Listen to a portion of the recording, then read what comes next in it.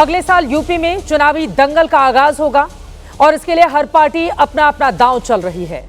लोकसभा चुनाव में सफलता पाने के बाद अखिलेश यादव के हौसले बुलंद हो चले हैं और वो लगातार पीडीए का नारा लगाते हुए आपको नजर आते हैं। जवाब में यूपी के सीएम योगी आदित्यनाथ एक बार फिर बटेंगे तो कटेंगे का नारा लेकर सामने आ गए हैं।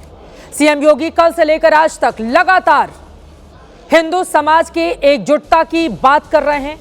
योगी ने कहा है कि सनातन कमजोर होगा तो देश कमजोर होगा और अगर देश कमजोर होगा तो सनातन के अस्तित्व पर ही सवाल उठने लगेंगे। जाति के नाम पर बांटने वालों से सावधान रहने की जरूरत है क्योंकि बंटने से कटने के रास्ते खुल जाएंगे। बांग्लादेश में हिंदुओं की हत्या को लेकर भी योगी ने विपक्ष को घेरा और पूछा कि हिंदुओं की हत्या पर वो मौन क्यों हैं। आज बाराबंकी में इसी लाइन को आगे बढ़ाया और कह दिया कि कयामत तक बाबरी का ढांचा नहीं बन पाएगा। योगी आदित्यनाथ के बयान को लेकर विपक्ष की ओर से चौतरफा हमला शुरू हो गया है। समाजवादी पार्टी की ओर से हमला करते हुए कहा गया है जिन्होंने शंकराचार्य का अपमान किया, बटुक साधुओं पर लाठियां चलवाई, वो किस मुंह से बांग्लादेश की बात करते हैं। यूपी में सिर्फ जातिवाद और जंगल राज है, ये कह रही है समाजवादी पार्टी।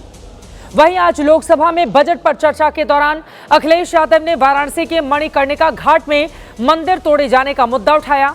अहिल्याबाई होलकर की मूर्ति तोड़ने का आरोप लगाकर भारतीय जनता पार्टी पर हमला किया है। बयानों के शोर में अब सवाल यह है, क्या धर्म है पीडीए की काट? चुनाव में किसकी स्टार्ट? सनातन टू बांग्लादेश, योगी का क्या है संदेश? यूपी चुनाव चलेगा बटोगे तो कटोगे का दांव। 27 चुनाव की रेस, योगी या फिर अखिलेश, कौन पड़ रहा है किस पर भारी? महादंगल में इन्हीं सवालों पर चर्चा के लिए अलग अलग पार्टियों से तमाम मेहमान हमारे साथ जुड़ चुके हैं।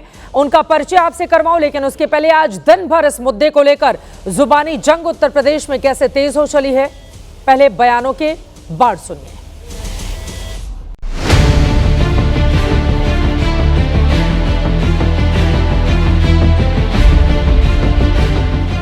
ये जो जाति के नाम पर बांटना चाहते हैं ना, इस बहकावे भूल से भी मत आना। आप बंट गए तो फिर कटने के रास्ते भी खोल जाएंगे। हिंदुता के भाव को कौन बांट रहा? नरेंद्र मोदी बांट रहे हैं, योगी आदित्यनाथ जी बांट रहे हैं। तो बांटने वाला काम मत करिए, पूरा देश एक है। राजनीति करी किसने? शुरू से इतिहास उठा के देख ली भारतीय जनता पार्टी का। कभी धर्म के नाम पर इन्होंने देश और समाज को बांटा, कभी जाति के नाम पे देश और समाज को बांटा। रहेगा तो विदेशी ताकतें आंख नहीं दिखाएंगी। जब आपस में हम बटे रहेंगे तो कमजोरी रहेगी। सनातन कमजोर होगा तो देश कमजोर होगा, देश कमजोर होगा तो सनातन के सामने अस्तित्व का संकट खड़ा होगा। प्रधान संसदीय क्षेत्र में बुलडोजर चला करके हमारी पूजनीय अहिल्याबाई होलकर की मूर्ति को इन्होंने तोड़ने का काम किया। लगभग 100 मंदिरों को तोड़ने का काम इसी सरकार में हुआ है। जब से ये सत्ता में आए, जब से सनातन धर्म कमजोर हो रहा है। धर्म खतरे में जब ये आते हैं तभी क्यों आ रहा है?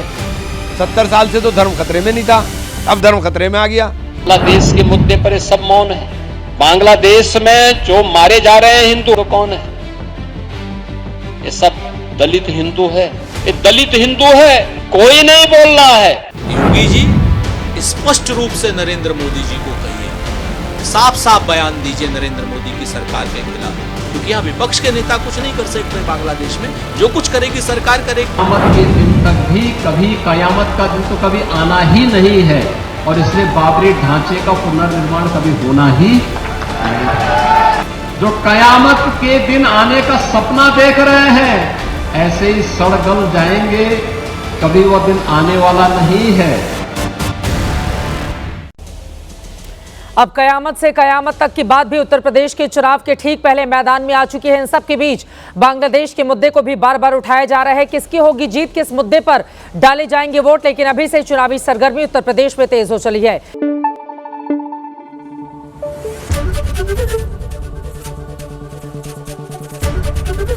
एबीपी न्यूज आपको रखे आगे।